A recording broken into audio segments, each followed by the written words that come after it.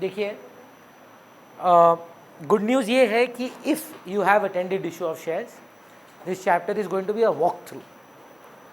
मतलब आप बिलीव नहीं करेंगे कि जो जो इशू ऑफ शेयर्स में डिफ़िकल्ट पार्ट है वो इसमें नहीं है। And if you haven't attended issue of shares, I think it might help you understand issue of shares better. The reason being that I personally believe that a company, when it needs funds and it goes to the public, it has only two options. Either you give me money, I give you equity, or you give me money, I treat you as a debt. या तो भाई loan दो या तो मालिक बनो। Public के पास अगर मैं जाता हूँ तो मेरे पास दो ही ऑप्शन है, या तो पैसा लूँ मालिक बनाऊँ, या तो मैं पैसा लूँ और लोन आपसे चलाऊँ। सो पहला चैप्टर जो आप किए थे इशू ऑफ शेयर्स का, उसमें आपने सीखा कि एक कंपनी जब पैसा पब्लिक से लेता है तो उसको ओनरशिप दे देता है। अब अगर कंपनी चाहे तो पैसा ले सकता है पब्लिक से, पर ओनरशिप नहीं देगा, उसको एक लाइबिलिटी की तरह ट्रीट करेगा। सो सेम स्टोरी है। मैं पब्लिक के पास जाऊंगा, पब्लिक को बोलूँगा कि एक कागज़ 100 रुपये का है। Generally the face value of one share is 10 rupees. Generally the face value of one debenture is 100 rupees. अब आप पूछेंगे भैया आप पहला तो ये बताइए आप डिवेंचर होता क्या है, पहले वो कहानी सुनना ज़्यादा ज़रूरी है रादर दैन जाके आप डिवेंचर इशू कर रहे हैं। पहले ये बताइए डिवेंचर क्या होता है। डिवेंचर को अगर आप डिफाइन करेंगे और अगर अपना कॉमर्स बीएसटी किताब में पढ़ेंगे, it is clearly mentioned that debentures are acknowledgement of date.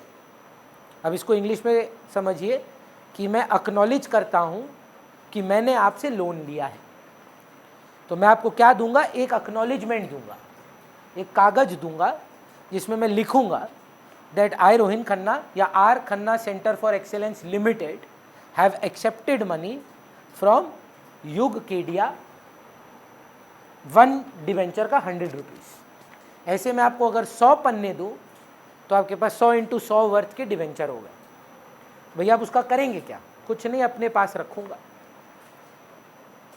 वादा करता हूँ कि ये 5 साल बाद चुका दूँगा। अब युग आके लड़ेगा, बोलेगा 5 साल बाद आप चुकाएंगे, हमको 5 साल तक क्या मिलेगा? मैंने बोला इंटरेस्ट। तो युग सोच रहा है कि भैया आपकी कंपनी में शेयर लेता, अब डिवेंचर ले रहा हूँ, मेरा सिचुएशन में फ़र्क क्या है। चलिए एक तो आपके बारे में बात करेंगे, पूरा चैप्टर ही आपके बारे में कंपनी के पर्सपेक्टिव से है। मेरे को बताइए कि मेरे को शेयर लेना चाहिए कि डिवेंचर लेना चाहिए। सर वो आपके ऊपर है। अगर आप एक ऐसे इन्वेस्टर हैं जिसको फिक्स्ड रिटर्न्स चाहिए, लॉस हो प्रॉफिट हो, कंपनी बर्बाद होने की मोड़ पर हो तब, और आपको चाहिए फिक्स्ड रेट ऑफ रिटर्न, तो सर आप डिवेंचर खरीदो। लेकिन अगर आप थोड़ा सा रिस्क लेने की एपेटाइट रखते हैं और आप कोई भी तरीके से सोचिए आपको लोन लेना है, पैसा चाहिए, पर you are ready to take certain risk that ये पैसा डबल भी हो सकता है, ज़ीरो भी हो सकता है। कंपनी के पास जब प्रॉफिट होगा तभी वो आपको डिविडेंड देगा, वो भी गारंटीड नहीं है, कंपनी के डिस्क्रिशन के ऊपर है। मतलब इक्विटी शेयर होल्डर्स का डिविडेंड फिक्स्ड नहीं होता है, जानते हैं। प्रॉफिट में भी मन किया नहीं दे, ऐसा कोई रूल नहीं है कि देना ही पड़ेगा। So as from the perspective of an investor, it becomes very important to understand where, मतलब should I invest in debt और should I invest in equity. अगर आप मेरे से एज एन एडवाइस पूछ रहे हैं कि भैया जब हम बड़े हों हमारा क्या ब्रेकअप होना चाहिए in terms of equity and debt, see I believe that it totally depends on your age, your financial stability and आपका गोल क्या है उस इन्वेस्टमेंट का। जैसे अगर मैं अगर अपने पापा को अभी एडवाइस करूं, he is 67 years old, I would not tell him to go for equity. I would tell him to put his money in a fixed deposit, उसका फिक्स्ड रेट ऑफ इंटरेस्ट आए, क्योंकि उस उम्र में उनको एंग्जाइटी, टेंशन, भाई गिर गया बढ़ गया, आज 800 पॉइंट मार्केट गिर गया, मेरा ऐसा आदमी का दिल धक धक धक धक धक धक धक धक हो रहा था 3:30 बजे तक, और कितना और कितना और कितना। डिलीट ही कर दिया हम जीरोधा अपने फ़ोन से कि और देखा ही नहीं जा रहा था, इतना नुकसान हो रहा था, है ना। आज आपने देखा होगा ईरान इजराइल के वॉर की वजह से, हाँ कल भी गिरेगा, परसों भी गिरेगा, फ्राइडे तक गिरेगा। ये मार्केट अभी करेक्शन मोड में जाएगा, तब तक हम अभी बंद कर दिए हैं। आज लिए बहुत है पर वो भी लॉस में है, क्योंकि जब लिए फिर और गिर गया।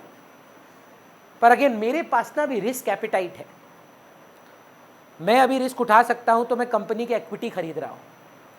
लेकिन सोचिए अगर आपको एक फिक्स्ड रेट ऑफ रिटर्न चाहिए तो आप एक काम करो, आप कंपनी का इक्विटी मत लो यार, आप एक कंपनी को लोन दे दो। उस लोन का नाम ही डिवेंचर है। तो आप कंपनी के पर्सपेक्टिव से सोचिए कि आप कंपनी है, आप RKCE लिमिटेड है, और आप न्यूज़पेपर में एक ऐड देते हैं दैट हम लोग को 1 करोड़ रुपया चाहिए एज अ लोन। इस पे हम आपको ओनरशिप प्रोवाइड नहीं करेंगे, लोन होगा ये, प्योर लोन। तो आप पूछेंगे भैया बैंक से ले लो। अब बैंक जनरली इंटरेस्ट रेट बहुत हाई रखता है, बैंक के पास नहीं जाना हमको पब्लिक के पास जाना है, हमको पब्लिक से पैसा उठाना है। तो एक एक डिवेंचर 100 रुपया का है, 1 करोड़ डिवेंचर है, इसका मतलब कितना, 1 लाख डिवेंचर हम इशू करेंगे। सौरा न्यूज़पेपर पढ़ के 7,000 डिवेंचर के लिए अप्लाई की, आप 5,000 डिवेंचर के लिए अप्लाई किए, आप 3,000 डिवेंचर के लिए अप्लाई किए, ऐसे करके मेरे पास डिवेंचर्स के पैसे आ गए। इन 5 साल 6 साल 10 साल maximum limit of debenture redemption is 20 years. 20 साल के अंदर चुकाना होगा। कंपनीज एक्ट बोल दिया है कि आजीवन पैसा लेके नहीं बैठ सकते तुम, पब्लिक से पैसा ले रहे हो, मैक्सिमम टाइम जितना देर तुम रख सकते हो ये पैसा, वो as per companies act 2013 20 years है।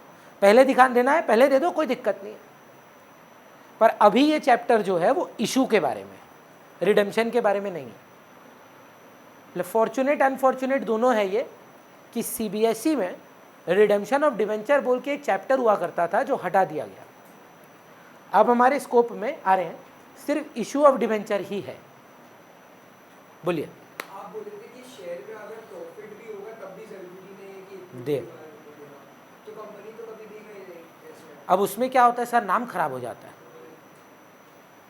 तो कंपनी कहीं ना कहीं आप अपने गुडविल के बारे में सोचेगा, और अगर बम्पर प्रॉफिट कमाएगा तो डिविडेंड देगा, पर कहीं नहीं लिखा है देना ही होगा।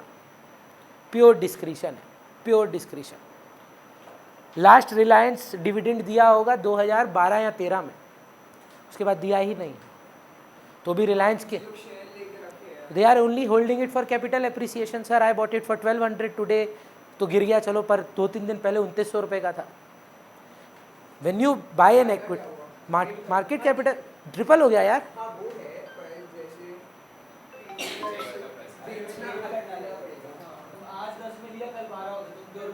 मार्केट में रिटर्न तो आ ही रहा है आपको, अब वो कैपिटल एप्रिसिएशन से आए। मतलब tell me one thing, are you buying property only to put it on rent, और it is also possible that you buy a 1 CR property, you flip it and sell it for 1.75। आज जब आप investment करते हो सिर्फ regular inflow के लिए ही सोचते हो कि होल्ड करके महंगे में बेचेंगे, वो भी इन्वेस्टमेंट है। सोना से क्या रिटर्न आता है आपको, आता है क्या कुछ, मंथली आता है? क्यों लेते हो? कैपिटल एप्रिसिएशन, महंगा में बेचेंगे। हो सके भर भर के ले लो। अभी जो अभी माहौल है, मार्केट गिर रहा है, और जैसे जैसे मार्केट गिरता है सोना का भाव बढ़ता है, और अभी ये गिरना है।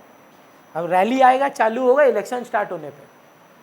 जिस दिन से इलेक्शन चालू, मोदी जी की स्टेज तक जब वो स्वेरिन होके आएंगे, क्योंकि आएंगे तो तुमको भी पता है और हमको भी पता है, आएगा तो मोदी, और जिस दिन वो आएगा उस दिन मार्केट आसमान को छुएगा। पर उसके लिए एक फॉल होगा, और वो फॉल शुरू हो गया है। ये होने वाला था अगले 2-3 हफ्ते बाद, पर अब स्टार्ट हो गया बिकॉज ऑफ द वॉर।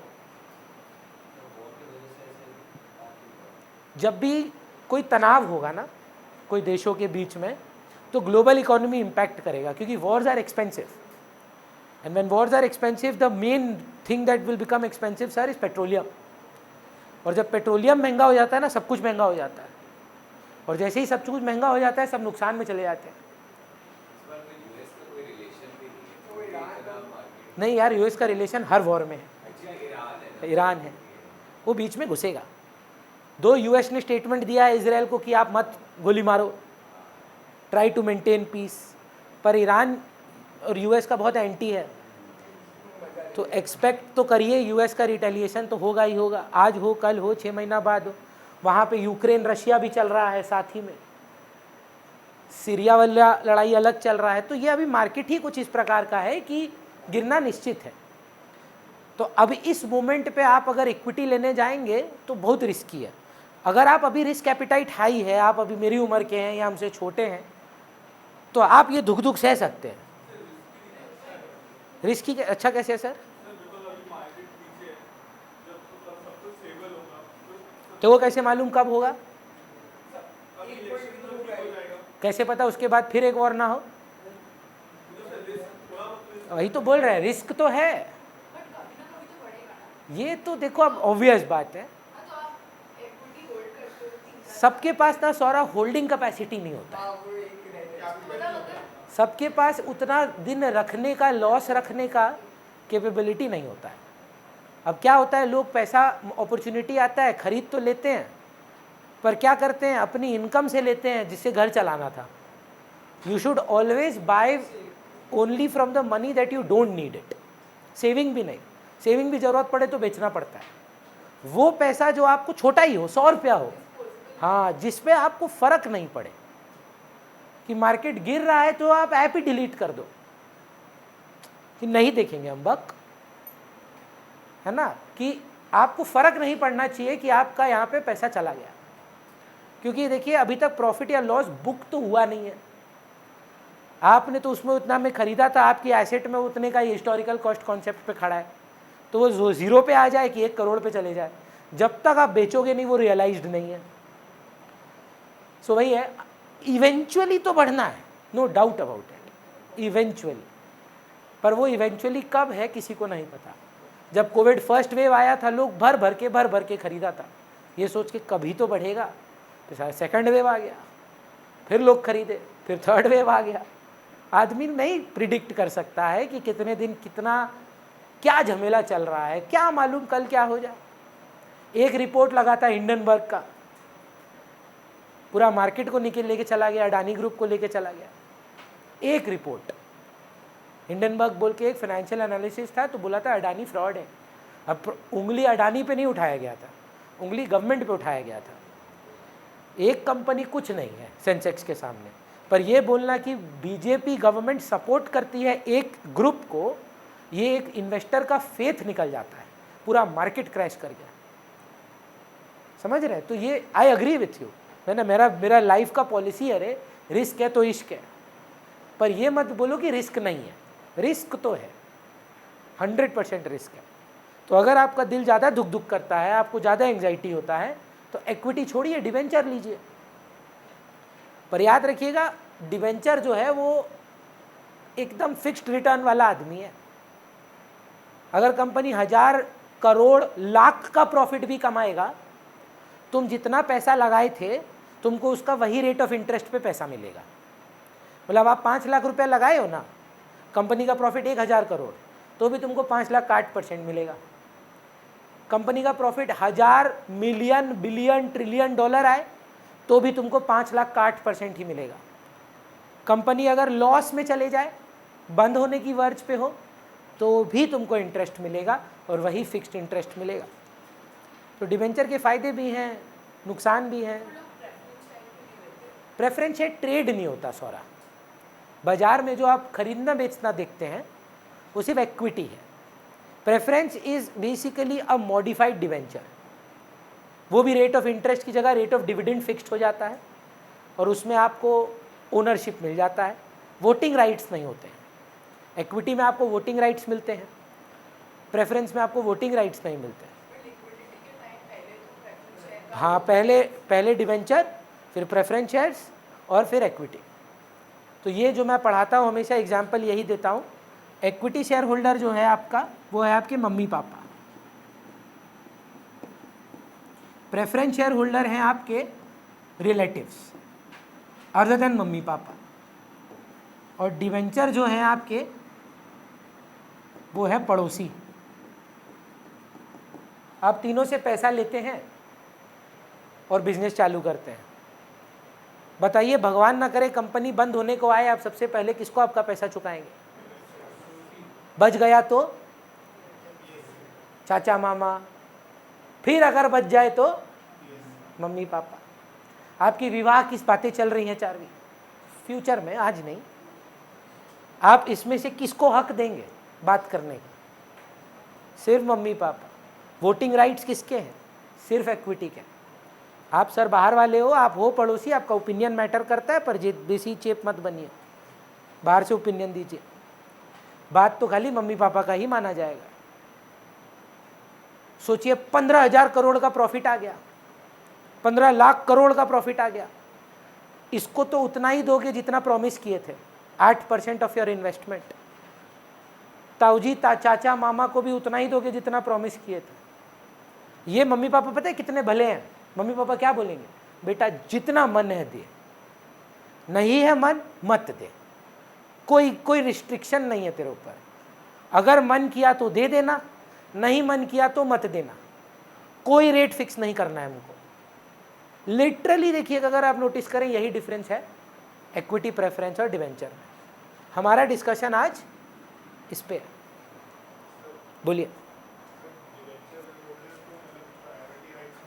नहीं, सिर्फ रिडेम्पशन के टाइम पे, मतलब वापसी करने के समय उनको प्रायोरिटी मिलता है। वोटिंग राइट्स मतलब कंपनी का जो मैनेजमेंट मैनेजमेंट नहीं रहे, हर साल एक एनुअल जनरल मीटिंग होता है, और एनुअल जनरल मीटिंग में कुछ मैटर्स डिस्कस किए जाते हैं जो शेयर होल्डर्स के डिसीजन पे होते हैं।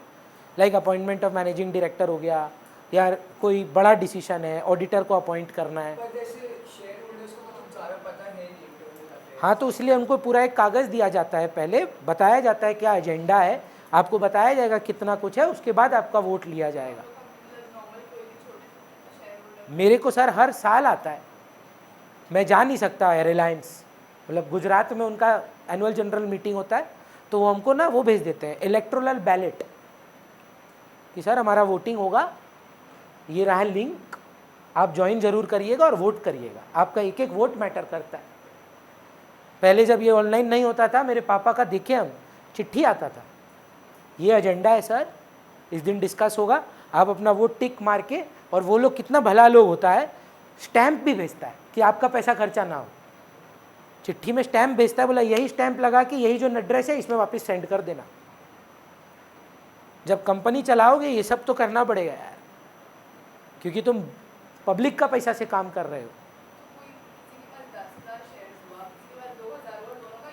वोटिंग राइट यहाँ पर सेम ही माना जाएगा। इन टर्म्स ऑफ परसेंटेज जो है वो बात अलग दिशा में जाएगी। जैसे ऑब्वियसली मुकेश अंबानी के पास मेजॉरिटी वोटिंग है, पर generally the rule follows is 1 person 1 vote, general rule. And इसमें भी अब इसमें बहुत एक्सेप्शंस हैं, कुछ चीज़ों में परसेंटेज देखा जाता है, कुछ चीज़ों में 1 पर्सन 1 वोट देखा जाता है, etcetera etcetera. Minority share holders के वोटिंग राइट्स अलग कर देते हैं ताकि उनको एक्सप्लॉइट ना किया जाए। ये सब आप कभी अगर कंपनी लॉ पढ़ेंगे उसमें आपको इनके राइट्स के बारे में पता चलेगा। पर वोटिंग राइट्स इक्विटी के ही होते हैं। प्रेफरेंस को कभी कभी बोला जाता है, दिया जा सकता है एक्सेप्शनल केसेस में, पर वो आपके लिए रेलेवेंट नहीं है। डिवेंचर को तो सवाल ही नहीं उठता है, वो बाहर वाला आदमी है, पड़ोसी है। सो हमारा चैप्टर जो डिवाइड होगा वो 2 पार्ट में डिवाइड होगा। Issue of debentures for cash.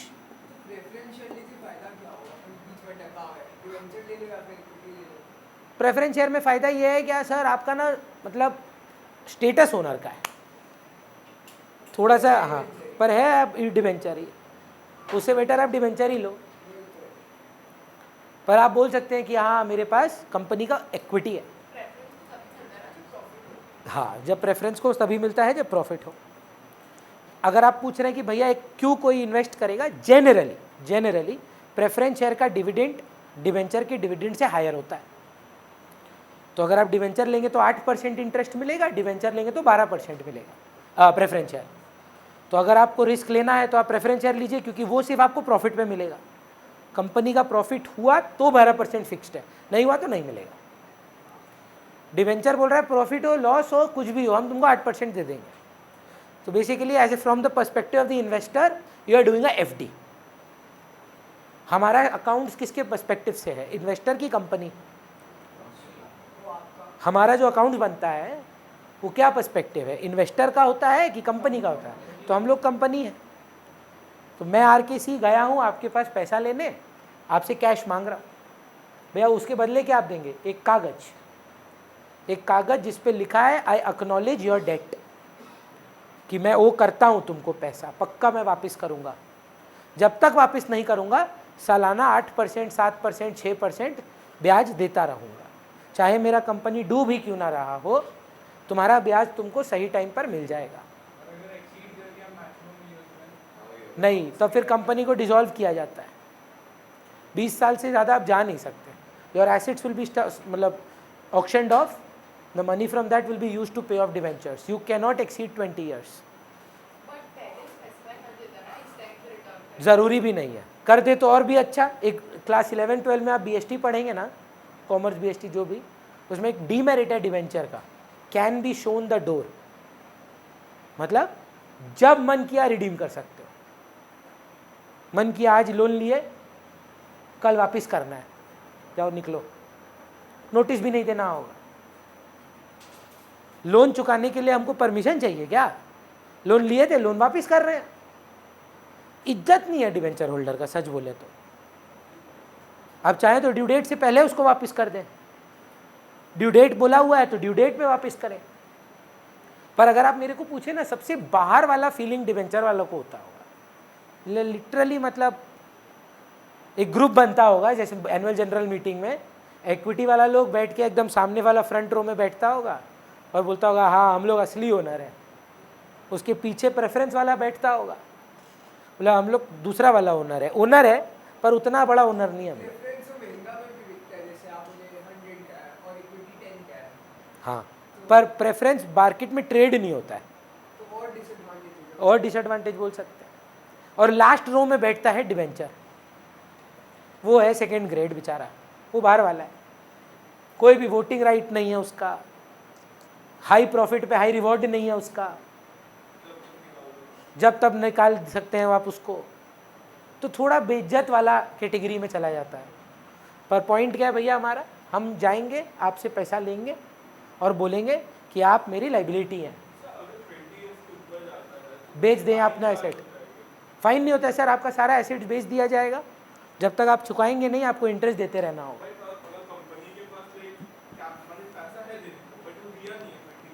क्यों नहीं देगा? ये तो वही बात हो गया, पैसा है तो भी आप अपना फाइन नहीं भर रहे हैं, तब तो सर आप केस हो जाएगा आपके ऊपर, है ना। यू कैन नॉट मतलब go against the law. If your question is what if I go against the law, there are penalties, fines, sometimes criminal offenses. Sometimes, see, we have two parts now, we have a civil liability, we have a criminal liability, and generally all these offenses are civil offenses. मतलब you can't be put behind the bars for not paying a fine. Pay money and go. That is the idea of a civil liability. Yeah, you can't throw me in jail because of that. But they have in certain sections included that if these things happen, the person responsible with can be imprisoned for 6 months with fine and penalty. तो वो company law पे matter करता है। पर हाँ, अगर हैं पैसे और आप नहीं दे रहे हैं, then you will attract some criminal offenses as well. ये तब वो फ्रॉड वॉर्ड में चला जाता है, वो सब कैटेगरी अलग चला जाता है। पर अगर आपके पास कंपनी इशू कर रहा है कैश में, तो एक कैटेगरी ऑफ सम्स है और दूसरा कैटेगरी ऑफ सम्स है अदर देन कैश।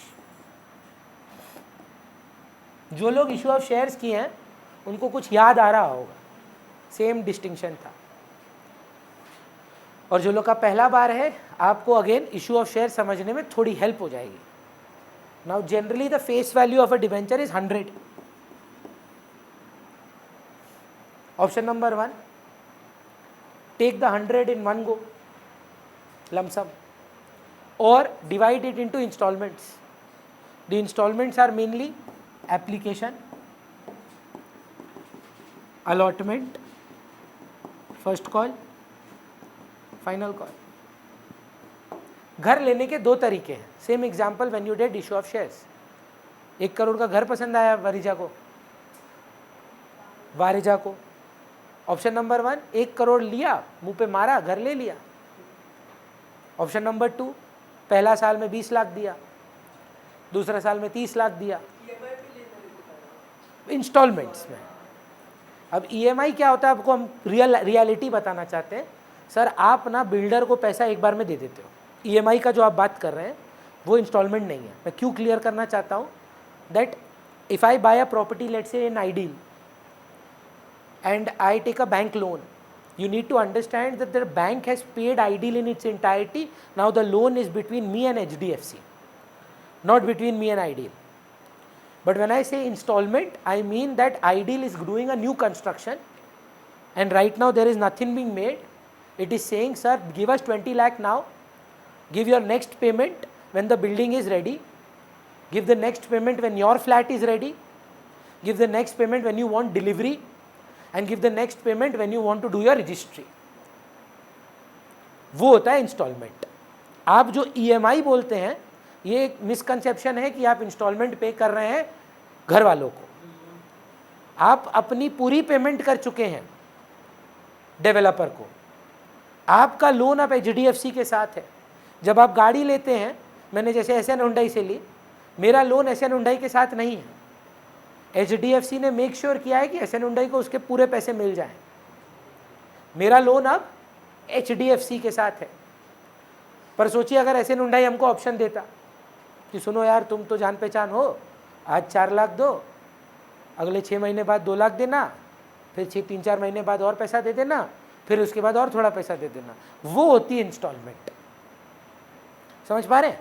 तो यहाँ पर 2 ऑप्शन है सर, या तो 100 रुपये इकट्ठा ले लो जिसका नाम रखे थे हम लोग लंप सम, लोन ले रहे हैं ना हम, तो सारा को बोल रहे हैं 100 रुपये अभी दे दो एक ही बार में, या सुनो अभी 20 दो, फिर 30 दे देना, फिर बाकी का 50 बाद में दे देना। भैया कोई फिक्स्ड ब्रेकअप है ना, जो मन में है अपना तुम तोड़ो, तुम्हारे हिसाब से जो तुमको सुविधा दे उसके हिसाब से करो। अगेन रियलिटी क्या है, पूरी दुनिया लमसम पे ही इशू करती है, लेकिन सवाल हमको ज़्यादा इसके आते हैं। क्लियर है? ऑप्शन नंबर 2 ये क्या है भैया, अदर देन कैश में आप किसी कंपनी को अक्वायर करना चाहते हैं। सो हम जाते हैं आरकेसी लिमिटेड आकाश इंस्टीट्यूट के पास और बोलते हैं आकाश सर हटो, आज से हम आपके ओनर हैं। मतलब पैसा लगेगा, मतलब पैसा की जगह हम आपको अपने डिवेंचर दे देते हैं, आई ओ यू दिस मनी, और जब तक हम आपको ये पैसा ना चुकाएं हम आपको इंटरेस्ट देते रहेंगे। आकाश को दिक्कत नहीं है। हम विदिशा की दुकान में गए, हम बोले हमको ये कैमरा लेना है, पर कैमरा के बदले हम पैसा नहीं देंगे, तुमको डिवेंचर देंगे। विदिशा बोली okay. So just like issue of shares, in issue of debenture there is other than cash which asset लेना, बिजनेस का खरीद लेना। और एक और नया चीज़ ऐड हुआ है इसमें, लोन लेते समय आप उसको गिरवी भी रख सकते हो। It is called issue of debenture as collateral security. वो शेयर में नहीं है, ये खाली डिवेंचर में संभव है। मैं सिखाऊंगा वो आपको। पहला पार्ट ऑफ द चैप्टर करने से पहले एक बार हम समझाना चाहेंगे for people like Rishit and Piyush who have not done issue of shares. For people who do not know issue of shares, see, whenever we are going to talk about installments, there are going to be 2 entries. One entry will involve a bank entry, which is going to be your receiving entry, and one amount is going to be a debenture entry, where you are going to create a liability. Like for example, today is the 15th ना, so मेरा session ना, अगर आपको याद हो, some of you had joined, some of you hadn't, मेरा session 10th से शुरू हुआ था। so जैसे ही 10th पार हो जाता है ना, मेरा अब तो हम ऑटोमेटेड कर दिए हैं, मेरा लैपटॉप में अपने आप टैली में सारा एंट्री पास हो जाता है। Vareja account debit to fees, Charvi account debit to fees, Vanshika account debit to fees, Yug account debit to fees, Saanvi account debit to fees. अब ये हुआ क्या, मिल गया कि मैं डेटर बनाया आपको? अब ये होती है ड्यू एंट्री, मांगने की एंट्री। इसलिए कल मैंने मैसेज किया कि जिन जिन का फीस ड्यू है वो क्लियर करें। सर ये कौन सी एंट्री है, क्लियर करिए। ड्यू एंट्री, मांगने की एंट्री। अब आज हमको आई थिंक आप आके पैसा दिया ना, सबसे पहले आज 3 जन दिया हमको। कौन कौन दिया? अभी चिरांशु दिया है, ऋषित दिया है। तो हम घर जाके एंट्री हमको फिजिकली डालनी पड़ेगी, या जो लिंक किए हैं आप जब व्हाट्सएप करेंगे तो वो व्हाट्सएप से लिंक हो गया है। अब पेड फॉर फीस जो है हम बस फॉरवर्ड कर देंगे उस ऐप में, तो वो अपने आप एंट्री पास कर देगा कैश टू ऋषित। अपने आप एंट्री पास हो जाएगा कैश टू चिरांशु, तो डेटर कैंसिल हो जाएगा, एंट्री बच जाएगा कैश टू फीस। तो हर एक टाइम पर आपकी 2 एंट्री होंगी, एक मांगने की और एक मिलने की। तो टोटल में अगर आप देखिए 4 इंस्टॉलमेंट में एंट्री कितनी बन जाएगी? 8। गुड न्यूज़, फॉर फीचर नहीं है। बता पाएंगे क्यों? कॉल इन अरियर है पर फॉर फीचर नहीं है। नहीं, पैसा ले रहे हैं सर, हम आपसे लोन ले रहे हैं, इंस्टॉलमेंट है, नहीं दिया तो पर जब्त क्यों नहीं कर सकते? एकदम सही। मतलब it is so stupid to talk about for feature in terms of debenture. Give me a loan of 5 rupees, ऐसी रैंडम कुछ दो, 5 रुपया, गिव मी अनदर 5 रुपीज़ और I will take away this 5 rupees. अरे ये तो गुंडागर्दी है। I take a loan of 5 rupees from you, है ना, and I say if you don't give me another 5 I will forfeit your previous 5। नहीं समझे? हमको आप दीजिए, एक पेन दीजिए, ये मेरे पास लोन के तौर पे जमा है, हमको एक और लोन दीजिए ना। बोले नहीं देंगे, तो ये रख ले, हम रख लें? अबे लोन था भाई, ये तो चुकाना पड़ेगा। हाँ समझ पा रहे हैं? क्योंकि हम लोग कभी जैसे हम लोग अभी पैसा नहीं दिए। हाँ आप पैसा नहीं दिए, मैं मांगा, पर मैं नहीं बोल सकता क्योंकि आप पैसा नहीं दिए तो मैं आपका शेयर डिवेंचर जब्त कर लूंगा। तो भाई हाँ, मेरे मर्जी पे ना कि हम आपको पैसा दे कि नहीं। हाँ लोन है, तो वो आप अर्लियर कैसे डाल रहे हैं? क्योंकि मांगना तो पड़ेगा ही हमको। बात तो 100 रुपये का हुआ था, ओ कि हम फिर 100 दिया। हम लोग का तो फेस वैल्यू 100 रुपीज़ है, तो हम आपको डेटर तो 100 का बनाएंगे ही बनाएंगे, पर अगर आप पे नहीं करेंगे तो हम कॉल इन अरियर रख के रखेंगे। और एडवांस भी तो मेरा लाइबिलिटी है, हाँ, हम एक बार में आपको 100 देंगे। क्या फ़र्क पड़ता है? वो भी लाइबिलिटी, ये भी लाइबिलिटी। झमेला तो तब था जब आपको शेयर होल्डर बनाना था। सिमिलरली या तो लमसम हो या तो इंस्टॉलमेंट हो, लेकिन इस बार 3 चीज़ संभव है। ये पार पे हो सकता है, प्रीमियम पे हो सकता है, और सबसे बड़ा बात डिस्काउंट पे हो सकता है, क्योंकि इशू ऑफ शेयर डिस्काउंट पे नहीं हो सकता है। कारण, हाँ कारण क्या है? Because you cannot issue shares at a discount but you can री issue them at a discount. मतलब हर बार आदमी, और 2013 के पहले का सम्स देखिएगा, जब हम बोर्ड दिए थे तो शेयर्स भी डिस्काउंट पे इशू होते थे, पर ये देखा जा रहा था कि कंपनी खाली पैसा उठाने के लिए डिस्काउंट पे इशू करता था, पैसा लेता था, लॉस मेकिंग कंपनी बंद हो जाता था, सारा इन्वेस्टर फिर गवर्नमेंट को गाली देता था। तो गवर्नमेंट बोला कि देख भाई ये तो बंद करना होगा, ओनरशिप दे रहे हो तो ओनरशिप या तो पार पर दो या प्रीमियम पे दो, डिस्काउंट पे नहीं अलाउड है। हाँ तुम लोन लेने जा रहे हो, तुम लोन तुम्हारा मर्जी है भैया, इसका मतलब क्या बताइए ना। आप हमको 100 दो, हम आपको डेट कितने का क्रिएट करेंगे? How much will I write that I owe you? 100। आप मेरे को 100 का नोट देंगे, मैं क्या मानूंगा? मेरे को आपको कितना चुकाना है? 100। वो तो इंटरेस्ट अलग है सर, फेस वैल्यू का बात कर रहा हूँ। आप मेरे को 120 रुपया दो, पर मैं आपको लाइबिलिटी सिर्फ 100 का ही बनाऊंगा। 20 रुपये एक्स्ट्रा क्यों चार्ज कर रहा हूँ? मेरी कंपनी का नाम है। आपको पसंद नहीं है मत खरीदो, फोर्स तो किसी को नहीं किया जा रहा है। आपको नहीं लेना डिवेंचर, आप मत लो डिवेंचर, पर मैं तो महंगा में बेचूंगा।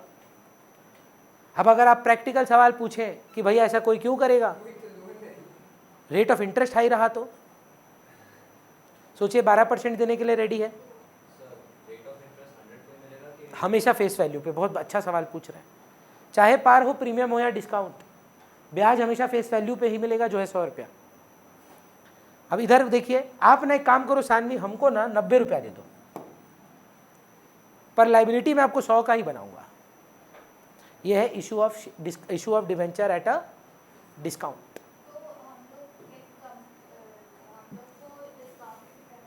As a investor, let me change the situation, okay? At par you get 7%, at premium you get 13%, at a discount you are getting 4%. अब बताइए, एक चीज थोड़ी ना देखना है सोच कर देखो, अगर आप एक रिटायर्ड इंसान हो और 20 रुपया दे के एक्स्ट्रा आपको 13% मिल जाए एफडी से, लगभग दुगना, लगभग, तो वो 20 रुपये आपको अखरेगा नहीं, है ना। थिंक अबाउट टाइम से। कोई बोल ही सकता है भैया आप पागल हैं, आप ये खरीद रहे हैं। नहीं भाई, ब्याज भी तो ज़्यादा है, इंटरेस्ट भी तो ज़्यादा है। आज बंधन बैंक में बैंक अकाउंट खुला है हम अपना, 25,000 रुपये मिनिमम डिपॉजिट है, जानते हैं। बैंक ऑफ महाराष्ट्र में 500 रुपया है। आप बोलेंगे भैया आप पागल हैं कि अपना 24,500 रुपया ब्लॉक कर दिए। यार बंधन बैंक हमको 6% दे रहा है सेविंग्स बैंक अकाउंट में, और वो बैंक ऑफ महाराष्ट्र हमको 3% दे रहा है। तो ब्लॉक्ड मनी पर भी तो ब्याज आ रहा है, क्या फ़र्क पड़ता है। तो बाकी चीज़ भी देखना होगा। तो वो जो बोली कि भैया लेकिन अगर सोचिए तीनों का इंटरेस्ट रेट सेम हो, तब आप क्या करते? तब तो मूर्ख हैं हम अगर हम ये ना लें। लोन दे रहे हैं 90 का, वापस मिलेगा 100 और ब्याज भी मिलेगा 100 रुपये पे। ना फेस वैल्यू, कभी भी आपको फेस वैल्यू के नीचे ब्याज नहीं आएगा, ना ही ज़्यादा। और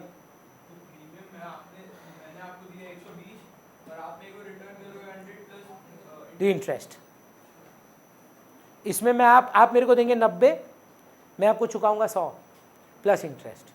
इसमें आप हमको दोगे 100, मैं चुकाऊंगा 100 और दूंगा ब्याज। तीनों में ब्याज तो देना है, पर ले कितना रहे हो उस पर मैटर करता है। बिल्कुल भी नहीं, कोई चांस ही नहीं है। अपना रेट ऑफ इंटरेस्ट खुद डिटरमाइन कर सकता है, कंपनी डिसाइड करेगा, न्यूज़पेपर में ऐड देगा, पोसाएगा तो ले लेना, नहीं पोसाएगा तो दूसरा कंपनी खोजो। अलाउड नहीं है, होता था 2013 में अलाउ नहीं किया, सब में लिखा रहता है पर अब अलाउड नहीं है, सेबी मना कर दिया है। बोले जब तब मना कर देगा तो फिर चेंज कर देगा, तब तो इन्वेस्टर चीट हो जाएगा ना। हाँ, जैसे एक बार 10 बोला उसको 5 कर अब 5 कर दिए। पीडीएफ में अपडेट क्यों नहीं करता? पीडीएफ हर साल नहीं करता, बट वही सेम इंफॉर्मेशन डालता है। देखिए अब there is a lag between what we study and what the reality is. मैंने आपको पहले भी बोला है कि ये लैग को आप एक्नॉलेज करेंगे, पर इस लैग को आप ठीक नहीं करेंगे, क्योंकि जब आप ठीक करने जाएंगे तो आप उल्टा गाली खा जाएंगे।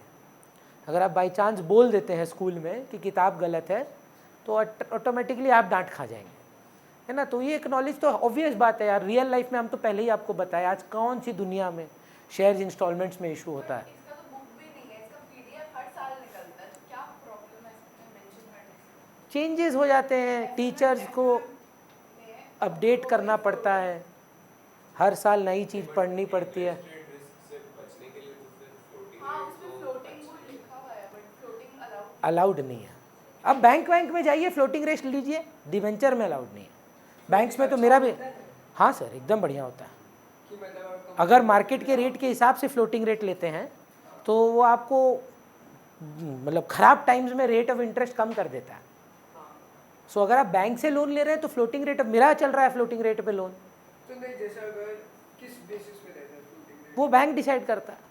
नहीं, जैसे डिपेंड क्या करता है जब मार्केट में क्या रिटर्न्स आ रहे हैं, what is the debt rate. जैसे आप जानते हैं ना, there is a debt market and there is an equity market. So एक एवरेज आउट रिटर्न लिया जाता है डेट मार्केट का, और उसके बेसिस पे इंटरेस्ट रेट डिसाइड किया जाता है ना। वो अलग है, repo rate, reverse repo rate, वो बैंकिंग का पर्सपेक्टिव है। एक तरह से वही रिस्क वाली बात हो गई। पूरा रिस्क मतलब करेक्ट, पब्लिक डेट पे भी डिपेंड करता है। बट हमारा डिस्कशन अभी रिलेटेड टू कंपनी है, और कंपनी जा रही है पैसा उठाने पब्लिक से।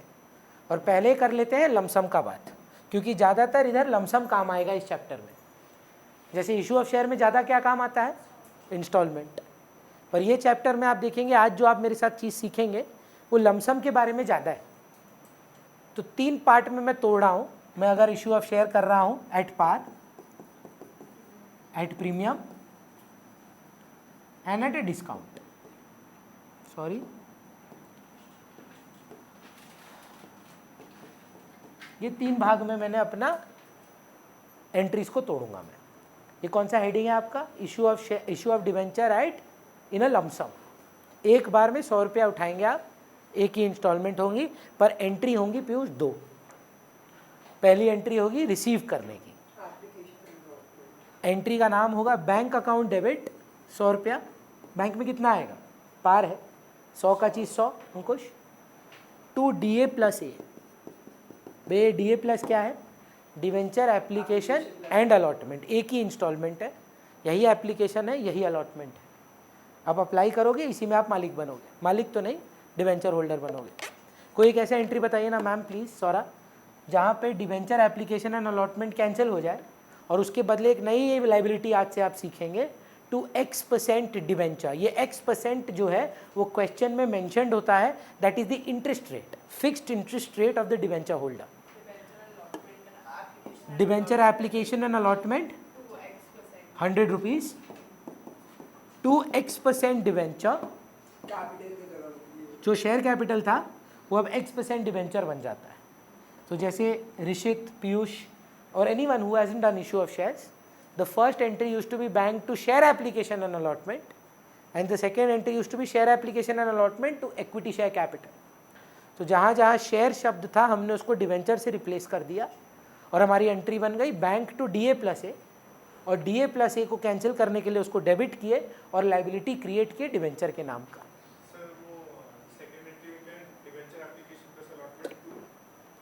X% debenture. अब सर प्रीमियम पे इशू करेंगे वंशिका, 100 + 10 कितने रुपए मिलेंगे आपको, नहीं कितने मिलेंगे, what is meant bye issuing eight a premium, उतना मिल गया पर 100 के ऊपर बना रहा है। What is meant by issue at a premium means that you will receive more, तो you what will you receive 110। अब तब से 100 3 बार बोल के, हाँ हम क्या बोले, हम पूछे how much will you receive, हाँ नहीं इन्वेस्टर नहीं, कंपनी बन के सोचिए, अगर कंपनी है आप, आपको 110 मिलेगा। लाइबिलिटी 100 का है। हाँ चलो देखते हैं, वेरी गुड। बैंक 110 टू क्या करें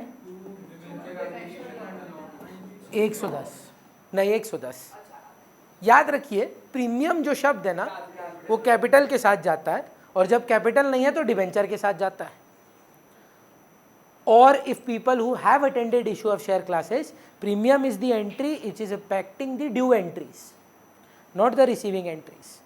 So what will you do now? You will cancel DA plus A. Please help me cancel this. DA plus A 110, 2% debenture 2X% debenture. 100 securities. हम एक कन्फेशन करें ऋषित और पीयूष, प्लीज माइंड मत करना, बच्चा लोग को शेयर पढ़ा के डिवेंचर में आंसर सुनने में अलग ही सेटिस्फैक्शन होता है, क्योंकि हमको लग ही नहीं रहा हम पढ़ा रहे हैं। पर आपके साथ अनफेयर है ना, क्योंकि आप लोगों ने इशू ऑफ शेयर्स नहीं किया है।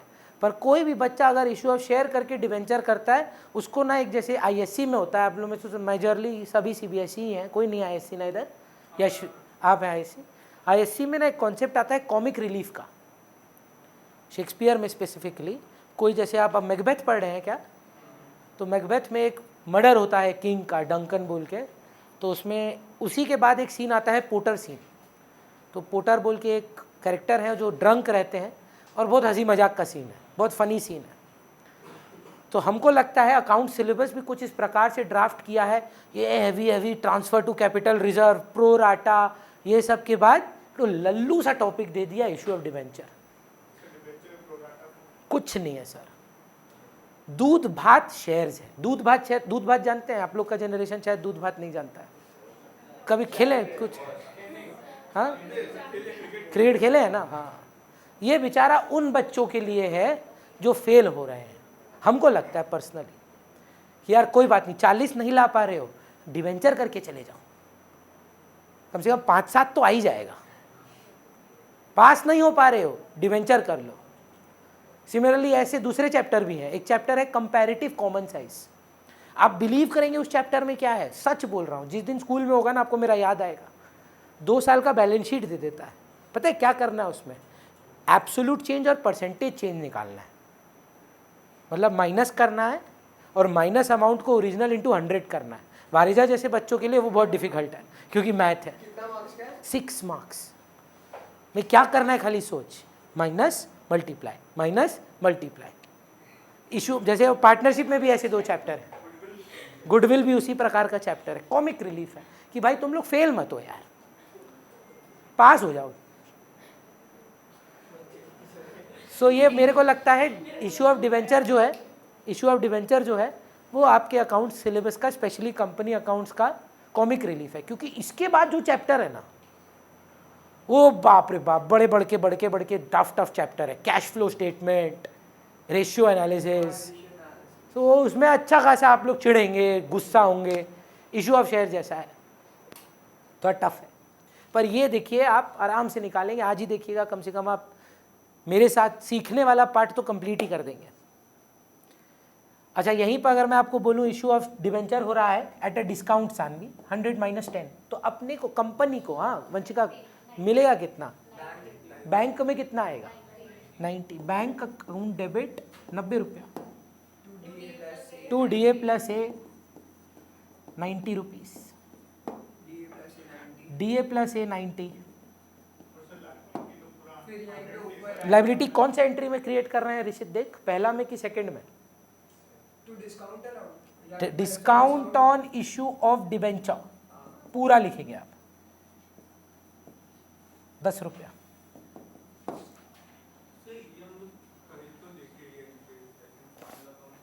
नहीं यार, फाइनल क्लास 11 में आप ऐसा कुछ नहीं पढ़ पाएंगे, क्योंकि फाइनल क्लास 11 का पूरा सिलेबस पीयूष सोल प्रोप्राइटर पे है। एक भी आप शेयर, डिवेंचर, पब्लिक डिपॉजिट, ये सब शब्द ही नहीं देखेंगे। रीज़न आप सोल प्रोप्राइटरशिप का अकाउंट सीख कर आए हैं। फाइनल अकाउंट भी जो हम बनाए हैं, ट्रेडिंग पीएल बैलेंस शीट, वो अकेला आदमी का बनाए हैं। अब जब आप कंपनी बन गए हैं तो आपकी अकाउंटिंग चेंज हो गई है। अब आप नॉर्मल बैलेंस शीट ही नहीं फॉलो करते हैं। आपकी बैलेंस शीट का नाम है शेड्यूल 3। आपका बैलेंस शीट अब लेफ्ट और राइट में बनता ही नहीं है। हाँ, इक्विटी और लाइबिलिटी जैसे बनता है और नीचे एसेट आता है, फॉर्मेट ही बदल चुका है। सिमिलरली जब आप पार्टनरशिप की क्लासेस करेंगे, आप पार्टनरशिप अकाउंट्स 11 में देखे ही नहीं है। क्यों? क्योंकि आप खाली सोल प्रोप्राइटर पढ़ते हैं। 11 का स्कोप ऑफ सिलेबस आपको तैयार करता है सोल प्रोप्राइटरशिप की अकाउंटिंग सीखने के लिए, और 12 का सिलेबस आपको 2 भाग में डिवाइड कर दिया है, एक पार्टनरशिप और एक कंपनी। अभी हम कंपनी कर रहे हैं। 2 क्या करें? X% डिवेंचर 100 रुपये। अब सुनिए मेरा बात ध्यान से, और मतलब हर क्लास में कम से कम हम 3 बार बोलेंगे ये, बोर्ड्स तक। तो ये आप मतलब आप दिल में इसको मतलब आप टैटू करा लीजिए इस बात का। सिक्योरिटीज प्रीमियम के कुछ यूजेस हैं, ठीक है। 2019 में कंपनीज एक्ट फिर से एक बार अमेंड हुआ। 2013 में जो कंपनीज एक्ट बना, उसकी अमेंडमेंट 5-6 साल तक, 5 साल एक्चुअली 2018 तक चेंजेस हुए।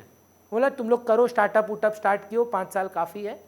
अब 5 साल बाद 2018-19 में इन्होंने बोला देखो अब हम फिर कंपनीज एक्ट अमेंड करेंगे, और जो आपके पास सिक्योरिटीज़ प्रीमियम है ना, सिक्योरिटीज़ प्रीमियम याद है? सिक्योरिटीज़ प्रीमियम जब आप महंगा में इशू कर रहे हैं तो जो गेन है, इस गेन का आप कर क्या सकते हो, उन्होंने स्पेसिफाई कर दिया। 5 चीज़ को छोड़कर आप सिक्योरिटीज़ प्रीमियम को हाथ नहीं लगाएंगे। मतलब सोचिए अगर आपको डिविडेंड देना है, क्या आप सिक्योरिटीज़ प्रीमियम यूज़ कर सकते हैं? नहीं। सोचिए कोई लॉस राइट ऑफ करना है, इंटरेस्ट का खर्चा दिखाना है, कर सकते हैं? नहीं। बोला मात्र 5 चीज़ ही यूज़ किया जाएगा सिक्योरिटीज़ प्रीमियम के लिए। अगर आपको कोई प्रीमियम से काम है तो ये 5 चीज़ ही में आप इसको यूज़ कर सकते हैं, नहीं तो रहने दीजिए इसको सिक्योरिटीज़ प्रीमियम रिजर्व्स। गेन है। अब उस गेन को आप कहाँ पे यूज़ करेंगे, वो कंपनीज एक्ट ने स्पेसिफाई कर दिया कि आप फालतू में प्रीमियम इशू किए जा रहे हैं, एक्स्ट्रा चार्ज किए जा रहे हैं, और उससे आप अपने बाकी खर्चे हटाते जा रहे हैं, तो आप बोलेंगे यार मेरा तो प्रॉफिट ही प्रॉफिट है। Is it a part of your earned profit और is it a part of your capital profits? एक तरह से तो नहीं हो गया कि वो अपना ब्रांड नेम के बलबूते पे प्रॉफिट पीएल में जाता है सिक्योरिटीज प्रीमियम, नहीं। Unimpacted in profit. You are asking for your money for your 40-year-old, 50-year-old money for your business. You are not talking about profitability, you are talking about net worth. नहीं कर सकते, नहीं कर सकते, से नहीं कर सकते, 5 चीज़ के लिए कर सकते हैं। मेरा बात समझ, तेरे को आके मम्मी पापा बोले बेटा ये लो 60,000 रुपया, ये 60,000 रुपया तुम खाली 2 ही चीज़ के लिए इस्तेमाल करना, या तो भगवान को चढ़ाना या तो इससे किताबें खरीदना। इसका मतलब ये तो नहीं कि मम्मी पापा और पैसा नहीं दिए, बस ये 60,000 को कहीं और मत लगाना, है ना। सिक्योरिटीज प्रीमियम एक रिजर्व को उन्होंने ब्लॉक कर दिया, उन्होंने बोला कि आप ये 5 चीज के लिए ही यूज कर सकते हैं इसको, आप बाकी कोई भी खर्चे में एसपी को यूज नहीं करेंगे। वो 5 चीज क्या है? 2 BPD। ये क्या है भैया, देखिए समझ पा रहे हैं कि नहीं? अगर तो 2 बार बीपी है 1 बार डी है, 2 BPD का मतलब समझ रहे हैं? बीपी बीपी डी मतलब 1 B 1 P 1 B 1 P 1 D। भैया ये क्या है देखिएगा। Number 1, when you want to issue fully paid bonus shares. पहले तो हमको बताइए आप में से कितने लोग जानते हैं बोनस शेयर क्या होता है? जानता है कोई? जानते बच्चल बताइए आपके हिसाब से बोनस शेयर क्या होता है? फ्री में देता है। बोल रहा है कंपनी फोड़कर प्रॉफिट कमाया और हम खुश हैं। आज हम मुकेश अंबानी हैं, हम बोलते हैं तुम सब शेयर होल्डर्स के पास कितना है? तुम लोग चिल्ला के बोलता हो मेरे पास 1 लाख, तुम्हारे पास 10,000, तुम्हारे जितना है मतलब रेशियो पकड़ लो 1:1, वो डबल हो गया तुम्हारे पास। अब 2 इक्विटी तो हुआ, हाँ या ना? रेशियो रहता है ना। अब तेरे पास 5 है, रेशियो है पकड़ ले 1:1, तो तेरे को फ्री में कितना मिला? 5। उसके पास 30 है तो उसको 30 मिल गया, उसको 1 लाख शेयर मिलेगा। नहीं नहीं एकदम भी नहीं होगा, सब फेस वैल्यू पे है यार। 3,000 का मार्केट वैल्यू है रिलायंस का, बुक वैल्यू 1 रुपया है। हाँ हाँ सॉरी फिर से बोलिए, किस ऐसे मत बोलिए, कंपनी का शेयर होल्डर है ये लोग, they are the owners of the company. नहीं नहीं रिलायंस का प्रॉफिट हुआ है दीदी। अब एक बात बताइए किसको दे रहा है? ओनर ही तो है शेयर होल्डर। आप ऐसे उसको बाहर वाला बना दिए हैं कि मुकेश अंबानी एकमात्र अकेला ओनर है, उसको भी तो मिल रहा है। He is also holding shares ना। फेस वैल्यू पर भी दे रहे, पर वो लोग तो उसको ट्रीट तो मार्केट वैल्यू एकदम सर, पर हमको खर्चा बुक्स में किसके हिसाब से लिखना है? मेरे लिए हम जो शेयर दे रहे हैं 3,000 का पड़ रहा है कि 1 रुपया का पड़ रहा है? मेरे लिए तो 1 रुपया का, आपका किस्मत है। हाँ हाँ बोलिए ना, लड़िए ना। हाँ हाँ मत करो, हम कौन बोल रहा है बोनस शेयर देना ही होगा? कहाँ लिखा है? नहीं नहीं नहीं हम तो नहीं, हम बोनस ही देंगे। सर क्या होता है हम बताएं आपको, कई बार कंपनी डिविडेंड की पॉलिसी में बिलीव नहीं करता और सोचिए किसी के पास भर भर के सिक्योरिटीज प्रीमियम पड़ा हुआ है, क्यों डिविडेंड हम हाथ लगाए अपना अक्यूमुलेटेड प्रॉफिट को टच क्यों करें? जब हमको अलाउंस है कंपनीज एक्ट से सिक्योरिटीज प्रीमियम यूज़ करने का, और तो कहीं लगा नहीं सकते हैं, इसी में लगा दे, शेयर होल्डर भी नाचेगा, खुश हो जाएगा कि अरे मेरे पास आज 10,000 शेयर थे 2,900 रुपये के, आज मेरे पास 20,000 शेयर है 2,900 रुपये के। तो फर्क ही नहीं है रिलायंस को यार, मार्केट में क्या वैल्यू चल रहा है? कोई भी मेरे को बता, मेरे मार्केट वैल्यू से मेरे काम पे क्या फर्क पड़ेगा? कंपनी को फर्क नहीं पड़ेगा उसका मतलब। क्या तुम बता ना मेरे को क्या फर्क? एक्स्ट्रा शेयर सर्कुलेट हो गया तो कंपनी के ऑपरेशंस में क्या फर्क पड़ रहा है? ऑपरेशन में, पर कंपनी की profitability. How how does the market value of equity impact the day to day running of a business? जैसे एक तरह से रुकिए ना, बोलने दीजिए ना। आज रिलायंस 2,900 रुपये का है, गिर के अगर 200 रुपये पे आ जाए, हमको पता है रिलायंस के काम करने के ढंग में फर्क क्या है? वैल्यू से फर्क नहीं पड़ेगा, पर अगर हम लोग ज्यादा इशू कर दिए, मतलब ज्यादा इशू तो कर ही नहीं रहे हैं, बोनस दे रहे हैं। बोनस दे रहे जैसे, पर वही तो ज्यादा ओनरशिप दे दिए। हाँ ठीक है, कि डबल हो गया सब, अगर 50,000 था 1 लाख ओनर हो हाँ। गया, तब तो उतना ही तो डिवाइड करना पड़ेगा उन लोगों को। तो क्यों? अब अगर प्रॉफिट वो लोग डिविडेंड दे रहे हैं तो डिविडेंड अब दे रहे थे आपको कितना? 10% ऑफ योर इन्वेस्टमेंट। तो अब आपका इन्वेस्टमेंट जो है उसका आपको 10% मिलेगा। फिर भी जैसे नहीं, अगर हम 50,000 लोग को दे रहा था पहले, जो मेरे को प्रॉफिट मिल रहा है उसमें से, पर अब मेरे को तो 1 लाख आपको देना 1 लाख शेयर को देना पड़ेगा। हाँ तो मतलब वही हो गया हाँ, क्या बड़ा बात है, आई कैन अफोर्ड इट। ज़्यादा हो रहा है हाँ डिस्ट्रीब्यूट तो ज़्यादा हो जा रहा है हाँ, इसीलिए तो कर रहे हैं, क्योंकि मेरे पास प्रीमियम था। आप क्या बोल रहे हैं कि भैया आप अकेले ओनर हैं, आप नया ओनर ले आए 5 लाख रुपए का, अब आपको उसको भी आप प्रॉफिट देना पड़ेगा। अब मेरा 2 ओनर की वजह से मार्जिन भी तो बढ़ेगा, मेरा सेल भी तो बढ़ेगा। जैसे अगर हम 1 लाख रुपया लगा के ये कर रहे हैं तो 5 लाख लगा के क्या करेंगे? आप तो लोगों पर तो फ्री में ही दे रहे हैं अग्री, फ्री में नहीं दे रहे, मेरे पास इक्विटी बढ़ रहा है। मेरा जो सिक्योरिटीज प्रीमियम वो फ्री कहाँ था, उससे तो पैसा आया ही था मेरे को, तो आपको एक तरह से आप पहले ही उसको गेन पे लिख दिए पर कुछ कर तो पाए नहीं गेन का, कुछ कर पाए।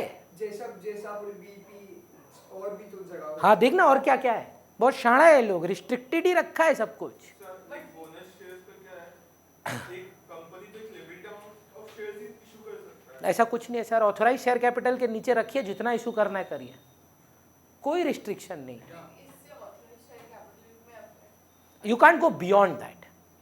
You have to stay inside your authorized share capital, even if it is a bonus share. Amend तो कर सकते हैं। हाँ फिर चेंज कराओ। ये जो अभी जैसे बोनस शेयर हो गया, फेस वैल्यू है 1 रुपीज, मार्केट वैल्यू है 3000 रुपीज, जब 1 लाख शेयर कर दिए तो सिक्योरिटीज प्रीमियम से कितना अमाउंट?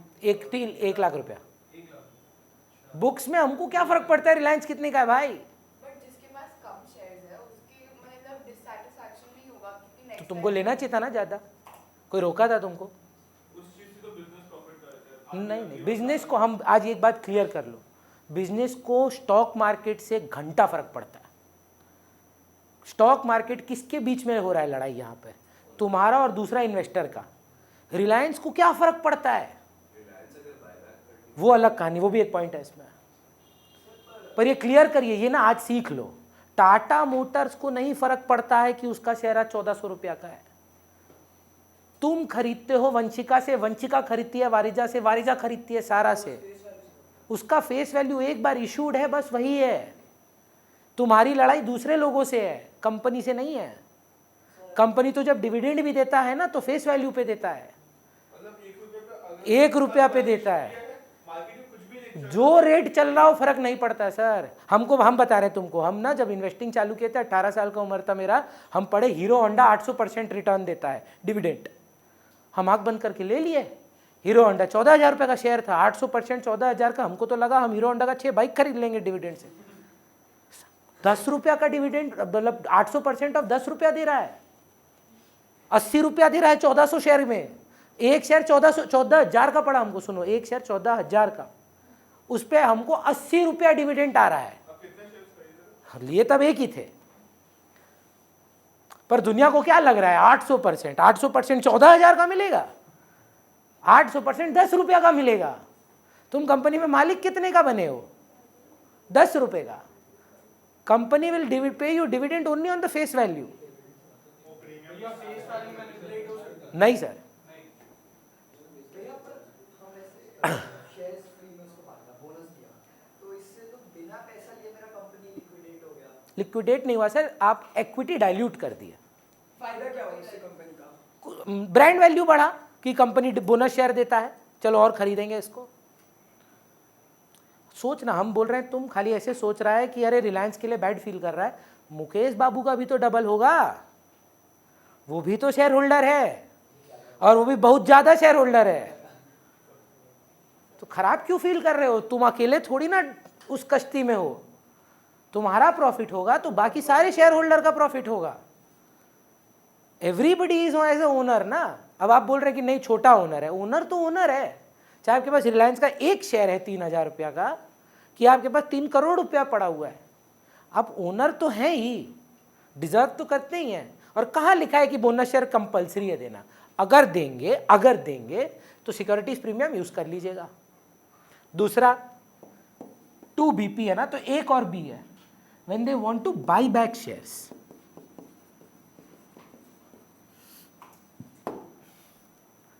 अब बाईबैक का मतलब जो सर पूछे, कई बार कंपनी को जो आप बोल रहे हैं कि ओवर लिक्विडाइज, मतलब ओवर डाइल्यूट हो चुका है, बाजार में कुछ ज़्यादा ही शेयर आप इशू कर दिए हैं, अब हम जाएंगे पब्लिक के पास, बोलेंगे सुनो हम तुमसे तुम्हारा शेयर वापस खरीदना चाहते हैं मार्केट प्राइस पे।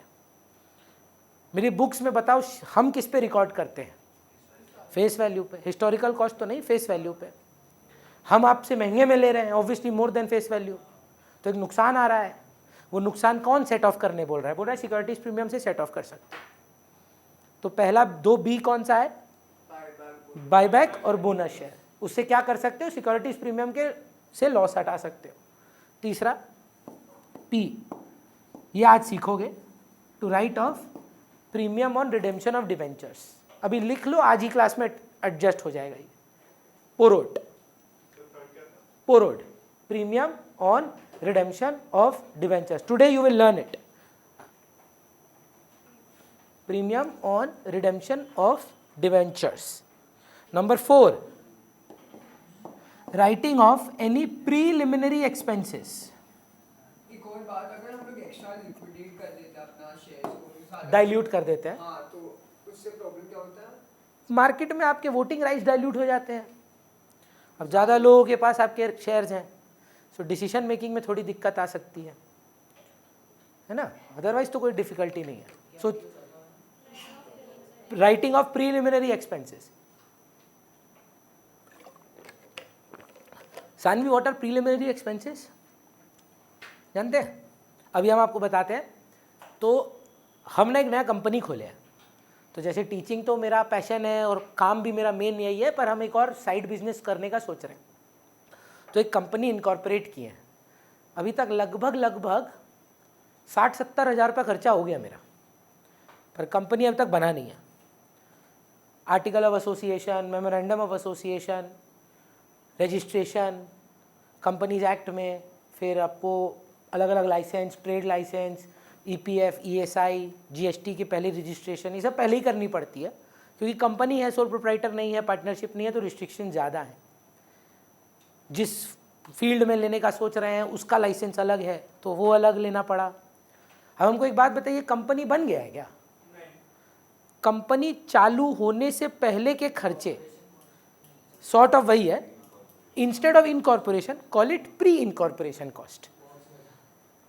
तो प्री इनकॉर्पोरेशन कॉस्ट का मतलब है प्रीलिमिनरी एक्सपेंसेस। कंपनी अभी तक फॉर्म्ड ही नहीं है, उसका अस्तित्व अभी तक पैदा नहीं हुआ है, लेकिन आप कंपनी के लिए खर्चा कर चुके हैं। वो खर्चे कहाँ लिखें, कहाँ से निकालें? बोल रहे सिक्योरिटीज प्रीमियम से राइट ऑफ कर लो। पर कंपनी बनने के बाद ही तो शेयर इशू हो रहा है, तो संग संग भी होता है। कंपनी इनकॉर्पोरेट हो रहा है, फ्लोट हो रहा है, इक्विटी राइज हो रहा है, तो तो गुडविल हो गई नहीं हम लोग के पास कंपनी का। अगर हो तो थोड़ी ना वेट करेंगे। अब जियो है, वो सब्सिडरी किसका है? क्या वो प्रीमियम पे इशू कर सकता है कि नहीं कर सकता है? दौड़ दौड़ के लपक के लेंगे आप, है ना? है तो नई कंपनी, पर अगर आज ये अपना IPO निकालेगा तो आप छोड़ेंगे क्या? जोमैटो नई कंपनी थी, आपको क्या लगता है प्रीमियम था कि नहीं था? था ना सर, बोलिए। ये जैसे आपने कंपनी शुरू नहीं की, आपने अपना कैश दे दिया, अब कंपनी तो बन चुकी है, प्रीमियम आपके पास आ गया, अब फिर क्या होगा? अब शायद प्रीमियम से इसको हटाइए, राइट ऑफ करिए। हाँ या ना में जवाब दीजिए। सारा खर्चा को आप PL से बंद करते हैं। What is the entry? Normal entry for salary, salary to cash. And what have you done with salary? PL to salary. What is the entry for rent? पहले क्या एंट्री है? Rent to cash. And what do you do on the 31st? So they are saying instead of doing PL to preliminary expenses, use securities premium. अपना खर्चा आप premium से निकालो, वो भी तो एक रिजर्व है। तो मतलब बनने के बाद अगर हम अपना पैसा इन्वेस्ट भी किया तो उसके बाद भी जैसे हम सिक्योरिटीज प्रीमियम को यूज कर सकते हैं। जी, 5 ही चीज में यूज कर सकते हैं सिक्योरिटीज प्रीमियम को आप। ये कराना जरूरी है, ये एक्चुअली पार्ट नहीं है इशू ऑफ डिवेंचर का, पर ये मैं नहीं बोलूंगा तो आप इशू ऑफ डिवेंचर कभी कर ही नहीं पाओगे। रिलायंस के उससे सिक्योरिटीज प्रीमियम से जियो का प्रीलिमिनरी एक्सपेंसेस एडजस्ट हो सकता है। डिपेंड करता है किस प्रकार से दिखाया जा रहा है, कि अगर वो होल्डिंग है, वो सब्सिडरी है, तब कर सकता है, कर सकता है। नंबर 5, जिसके लिए इतना 15 से 20 मिनट आधी घंटा का डिस्कशन शुरू हुआ, writing of discount on issue of debenture.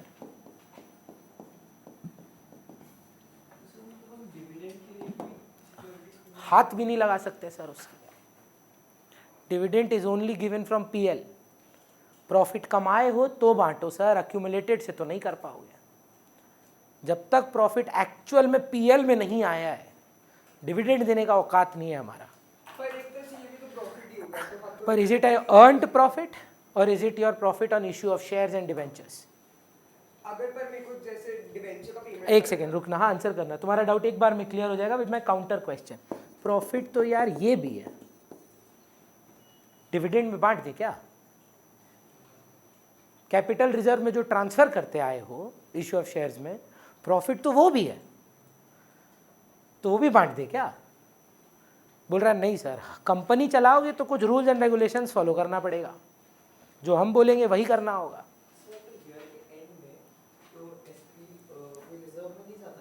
SP reserve and surplus बोल के एक हेडिंग है, एक ही तो नाम है, एक रिजर्व है, क्यों ट्रांसफर करेंगे? कहाँ से निकलता है? पीएल से। मतलब बैलेंस शीट में क्यों आएगा डिविडेंड? डिविडेंड लायबिलिटी है क्या? निकलता निकलेगा पीएल से, reserve and surplus. Reserve and surplus से लेते कौन सा रिजर्व? रिजर्व तो कैपिटल रिजर्व भी है, जनरल रिजर्व भी है, पीएल भी है, सिक्योरिटीज प्रीमियम भी है, पीएल से दे सकते हैं। अर्नड नहीं है ना सर, ऑपरेटिव एक्टिविटी नहीं है, बिजनेस आप डिविडेंड दे रहे हो, किसको दे रहे हो? Who are you giving dividend to? Owners. Owners are of what? Of this business. This business is owing to only earn profit from one place, main operations. क्या सीआर? हाँ, एसपी तो खुद रिजर्व है, एसएफ तो reserve नहीं है, SF तो आप बैलेंस शीट में इक्विटी में ऐड किए हैं। Where have you kept share for feature? If you have done shares with me in the balance sheet, if the share for feature of the shares that you have unreissued, forfeited but unreissued, where have we kept them? Equity में add किए हैं आप उसको, add share for feature। उसका सवाल है SF को लेके तो चले जाते हो कैपिटल रिजर्व में, एसपी को क्यों नहीं लेके जाते? भाई एसएफ तो रिजर्व ही नहीं है, पर एसपी तो अपने आप साक्षात एक रिजर्व है, एक रिजर्व जिसके सिर्फ 5 यूजेज हैं।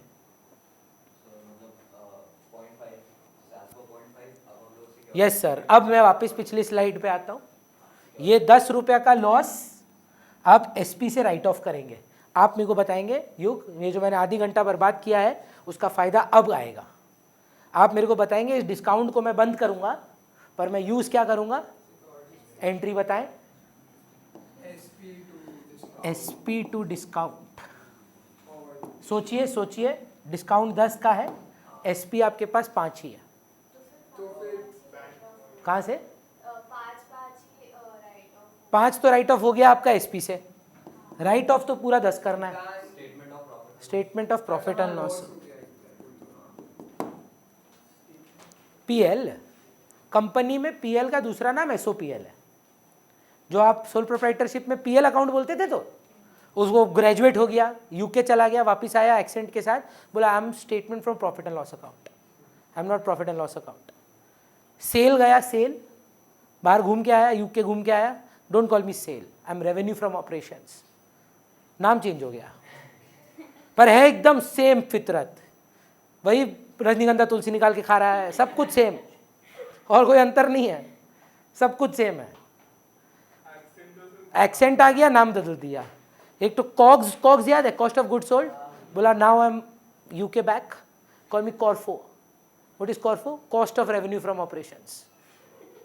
नाम बदल दिया है, बस हरकत सेम है ना। इंटरेस्ट गया, इंटरेस्ट बाहर यूके गया, इंटरेस्ट बदल के वापस आया, बोला don't call me interest, I am finance cost.